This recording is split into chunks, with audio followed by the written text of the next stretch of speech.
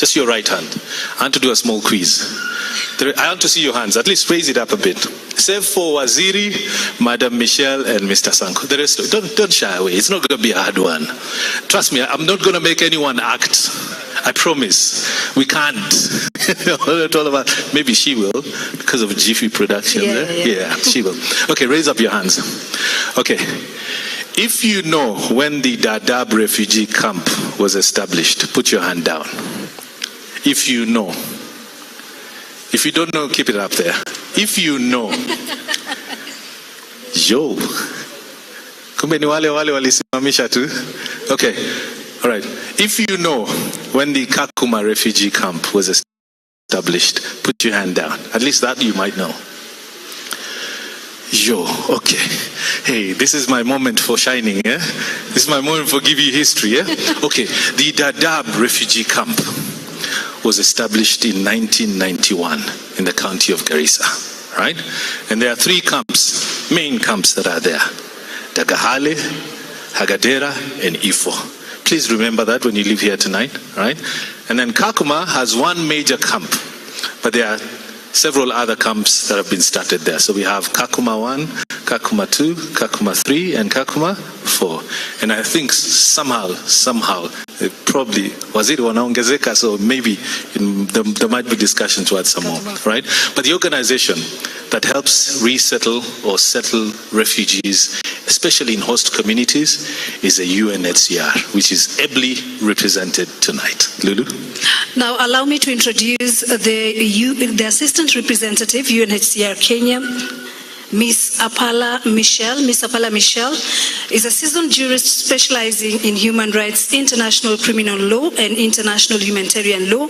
With 19 years of experience at UNHCR, she's worked across Africa and South Asia, including Benin, Chad, Cote d'Ivoire, Ethiopia, Nigeria, Afghanistan, Sudan, Senegal, and Kenya. Tumkaribishe Miss Michelle. Karibu sana. Makofi kwake tafadhali. A round of applause. Thank you.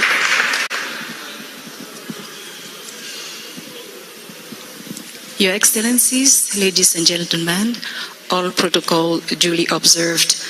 Good afternoon. I'm Michelle Apala. I'm the Assistant Representative for Protection with UNHCR in the country office here in Kenya. I'm pleased and honored to represent UNHCR in this Film Aid Festival closing gala. And tonight I want to give my voice to share at least a piece of the refugee story. I just have one message to share with all of us tonight. Refugees are not just numbers. They are real people. They are not just people in need of protection and assistance. They are people who have skills, talents, who, if they are given the opportunity, can really be self-reliant, can contribute to the development of the hosting countries. We are happy to see that in Kenya something is happening. The hard work that the government is doing and the whole story and hope that the Shirika plan will build is all about that.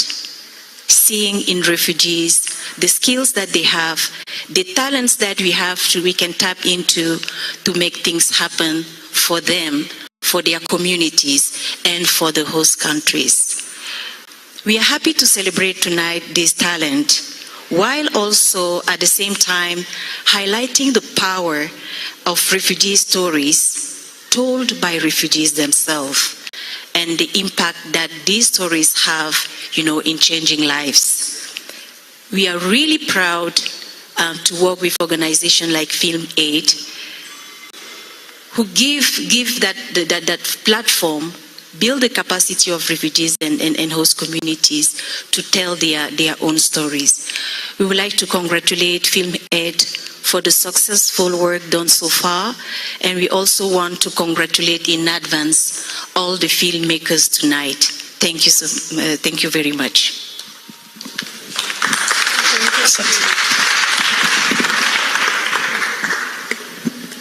Thank you very much, Madam Michelle. Thank you so much for those wonderful remarks. Ladies and gentlemen, we're moving forward. As you know, when there's an influx of refugees coming from the neighboring countries, and that would be South Sudan, Somalia, and many other countries, there's an organization that its main role is to ensure that the number of people who come here are well fed, well taken care of, and are housed.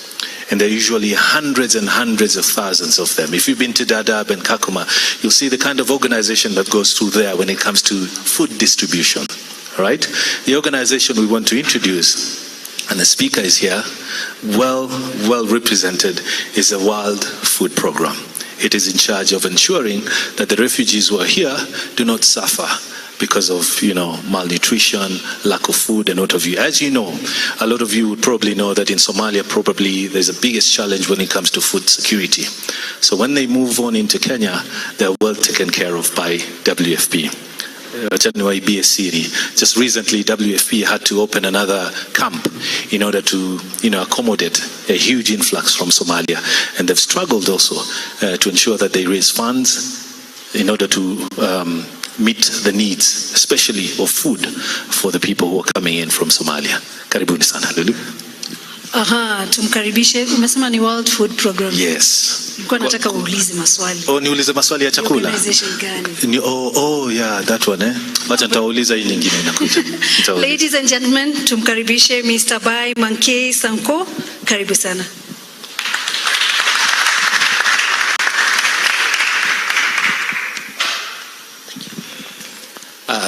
Excellencies and ladies and gentlemen, let me stand on the protocol already established. And good evening. Madam Stella, thank you for your hard work. And thank you for changing the lives and touching the lives of many refugees. Without organizations like you, it would be hard for refugees to tell their stories. And thank you with your own team. And to the government of Kenya, we also want to say thank you for giving the opportunities to refugees to be able to come to this country and be able to live their lives and be able to demonstrate they are like any of us in life. It just happened that they're born in that country that have issues. So thank you so much for that. And to all the donors who make this happen, who ensure that refugees can go home and think about having something to eat, water, shelter, we say thank you for doing that. Today is an important day for refugees. It's a day that provides an opportunity for refugees to show their skills, for refugees to feel belong in the world that we live in. I happen to travel to Dadaab and Kakuma, and thanks to the privilege of the organization that I work for. And I have sat with a number of refugees from all age groups, and there's one thing that is in common, that you know what, if I am given the opportunity, I will thrive. If I am given the opportunity to go to school, I will go to school. If I am given the opportunity to be able to grow my own crops, I can feed my family. That is the message. And that is why all of us are here today, to ensure that we keep on pushing for that. We keep on working for it, for that to happen. But today, it's about telling their stories. And telling their stories in a way that each one of us has the opportunity to be with them. And let me say a big congratulations in advance to all the winners. I want to thank you all again, and we hope that in the coming years we will see refugees more and more being able to take their positions in the world that we live in. The reason is they're not part of what happened in their own countries. They just be in these countries. And that is why we need to work together for them to tell their stories. Thank you all again.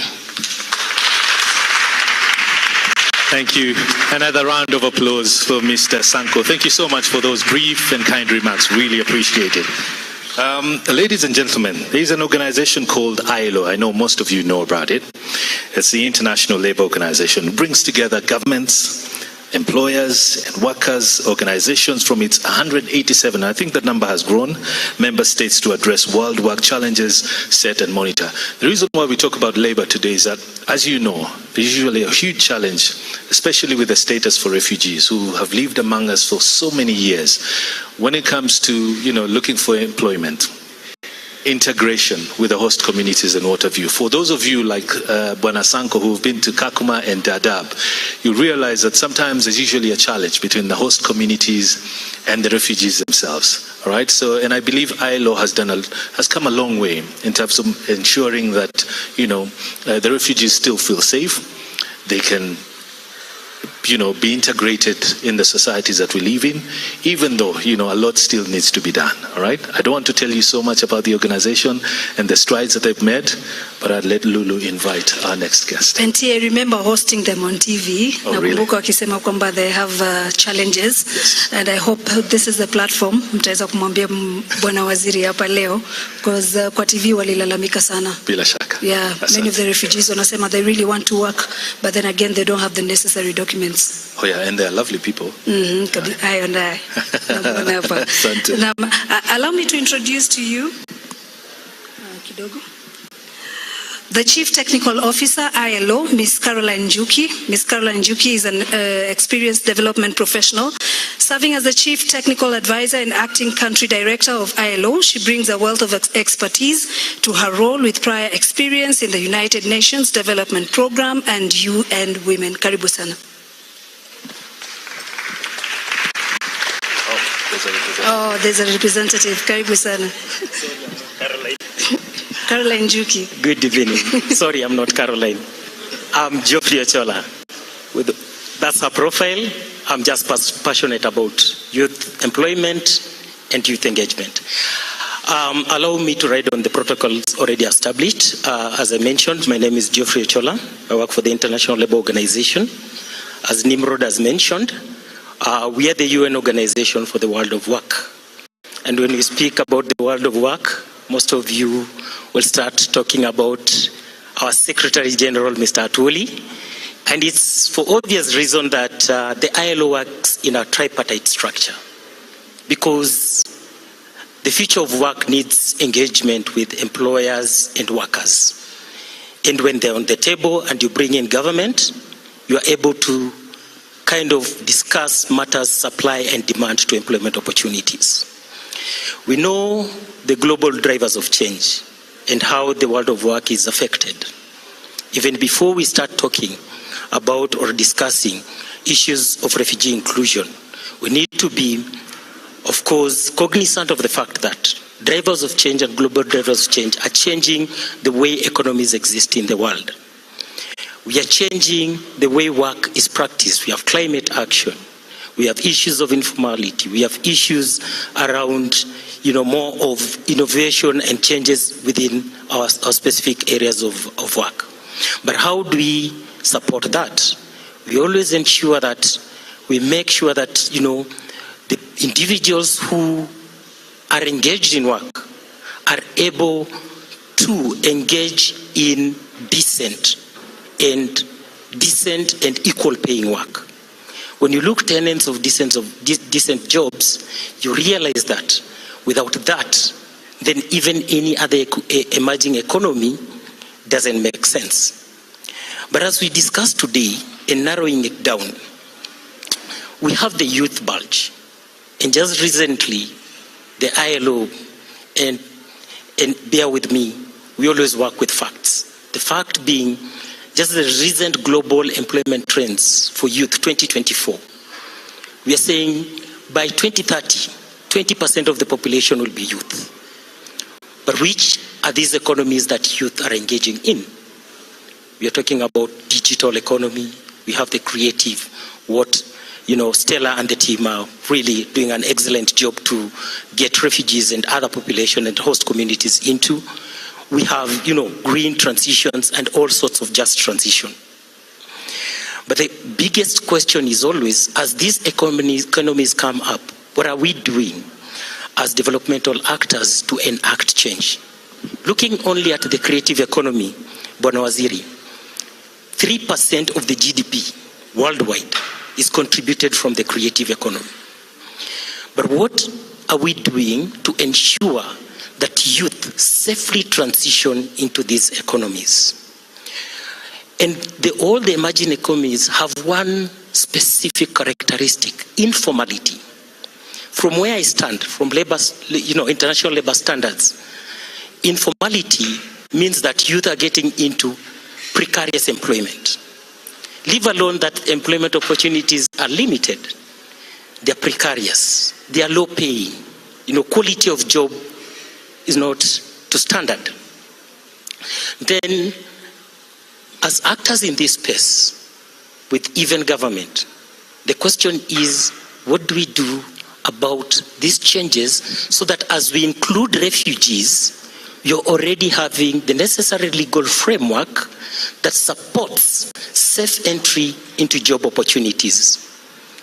I know in Kenya tunatumia terminology, kazi ni kazi, job is job. Isn't it? As long as you get a job opportunity. But the important thing here is the job has to have the prerequisite components of decency. And so we need to work on 3 components. What Stella mentioned, skilling and education, which is critical. We need to think about rights at work for refugees and the host communities within the creative economy. We also need to think issues of social protection, which are very key. And thanks to the government, recently we had the inclusion of refugee in social protection schemes, which is critical for any worker within the population. But most importantly is labor market policies. Because when you link even the recent draft policy on creative economy with micro and macro policies, with education policies, and really enhancing how training is done with forms of interaction between the employers and the trainees, apprenticeship schemes, then we will be getting there. And of course, we see our able, TV representatives here who can be able to enhance mentorship, who can be able to support the refugees grow, the right linkages to the market for the products, and the films we'll be seeing here.